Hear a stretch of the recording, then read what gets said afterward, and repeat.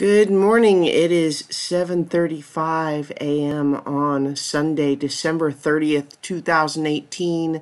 I'm Christiana Ellis and I just got up. This is 5 more minutes. Woo-hoo. Because it is Sunday here in Korea. It is time for me to continue my rewatch of Gravity Falls with Season 1, Episode 8, Irrational Treasure.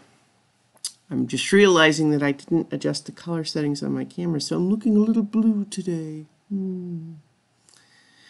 So Gravity Falls is definitely well into, as it approaches the midpoint of this first season, it has really found its feet, I think, at this point as a show. We've established the baseline setting, and the kids are in solving bigger and bigger mysteries, and I think it's the show has really become itself now. It feels like to me.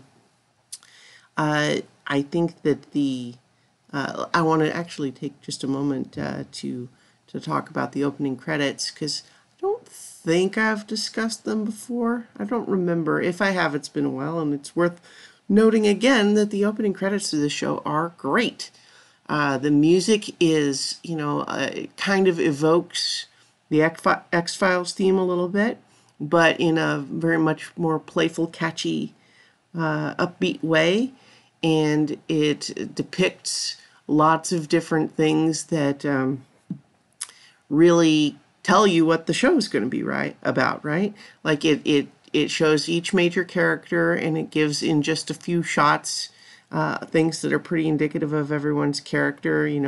Like Stan, we see him running in a panic holding a cash register. We see him winking by moving the eye patch from one eye to the other eye. And then we see him telling like a ghost story, not aware that there's a real monster behind him. Like that tells you a lot about Stan's character.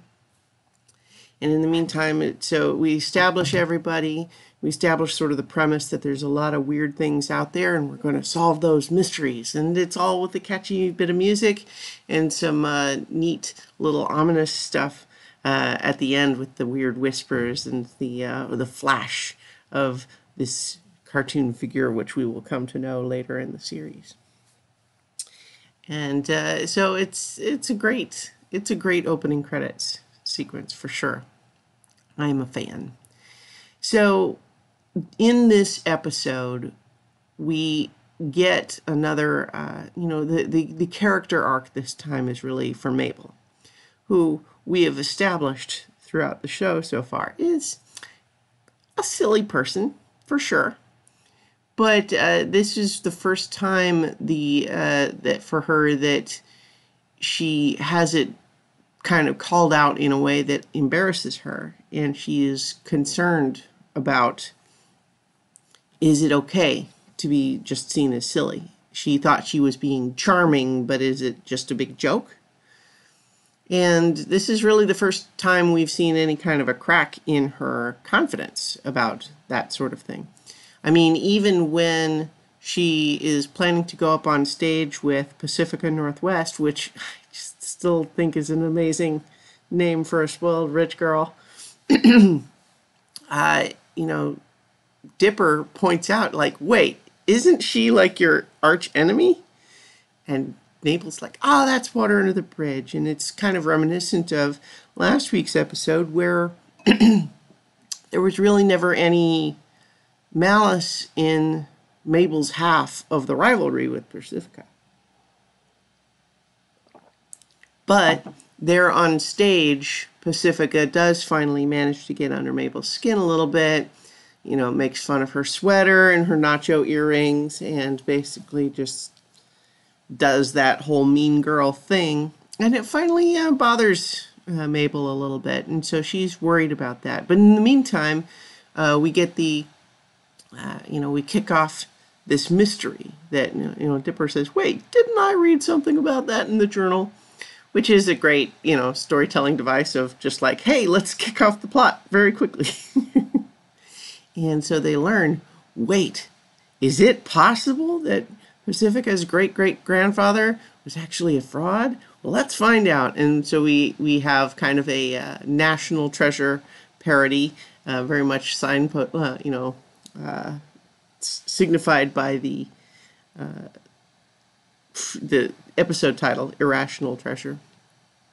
So we have them, going around and solving the various clues. But one of the things that's a lot of fun about that is the foreshadowing of what they eventually find, which is that all the various clues are solved not by like serious research and puzzle solving, but by Mabel being silly. And I think that is a really fun way for, to build to the conclusion for Mabel to be at peace with her silliness. And I think that, to feel like silly people can do great things too, like become president, even though it's the secret conspiracy, hidden president that was kicked out of office. And, so we have her make the hat out of the map.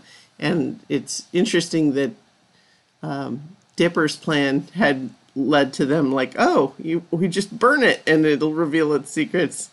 And but in any event, so she makes the hat, and then they go on to the museum. She sees that the thing's upside down, recognizes the statue, and then the statue is actually pointing, but instead of following where it's pointing, she uses the finger to pick her nose, and that puts the cellar. So all of that stuff is a lot of fun. And in the meantime, we get a lot of fun stuff too with the sheriff and deputy following them. There's some nice setup with them when they take the stage at Pioneer Day.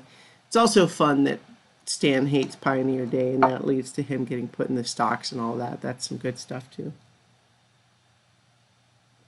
But I love the whole bit about the sheriff is kind of presiding over everything. He's got the sheriff, the deputy comes up and is ringing the bell.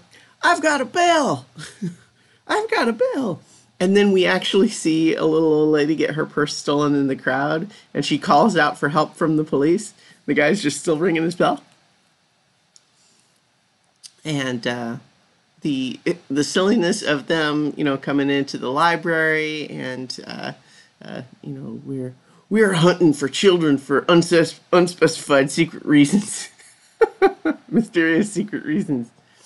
It's pretty funny, and I also like the bit, the gag about we're going to have to break into the museum, and then it cut to them being admitted to the museum with their free Pioneer Day admission passes and free balloons. All that's good stuff. And then, of course, the ultimate reveal has some nice details in it, like we have a callback to one of the earlier episodes where Stan said that Mabel's drawing of Benjamin Franklin looked like a woman. And then, we have the reveal that, oh, actually secretly was a woman. The other things that were in that secret document they found, it's cuts past too fast to really read it carefully. But according to the wiki, the other things that it says are Thomas Jefferson was actually just two kids in an overcoat standing on each other's shoulders. The current and forever president of the United States is actually Santa Claus. Under the reign of Mr. Claus, America is not a democracy, but a jollyocracy. The statues in Mount Rushmore are actually gigantic presidential-faced robots that will be called into action when America needs them most, which seems like it ought to be a TV show, right? An enormous, evil, time-devouring baby from another dimension is frozen in an Antarctic glacier.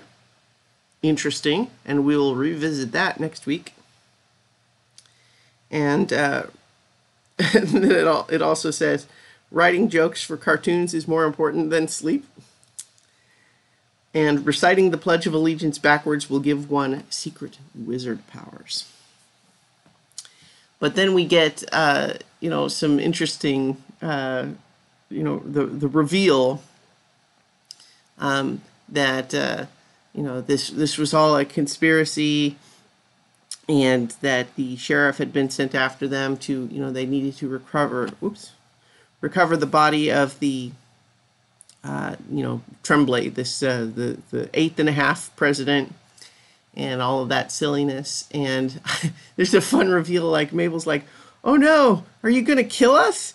And the deputy's like, "Ah, oh no!" But no, it's like, "No, we're just going to escort you to Washington, and you won't ever come back," which is obviously still not okay. But we get one last bit where Mabel saves the day by being silly, by eating some of this old peanut brittle and setting Tremblay free. And then the silliness of the plan of trying to escape through that tiny little hole pays off the joke about the woodpecker wives earlier. And, and they escape by helping the eighth and a half president. And the fun reveal that, like, technically they didn't follow the legal process for removing him from office, so that means he's still president. Which, it's like, is he though? Probably not. But that's good enough for the sheriff and the deputy, especially since the presidential order they receive is that they should go on a nice vacation. Which is nice. That's a sweet way to finish that whole plot. But, in the meantime, Mabel gets officially made a congressman, which probably is not legit because on the one hand, like a president can't do that anyway. But also, as we established, I think he's probably not really a president.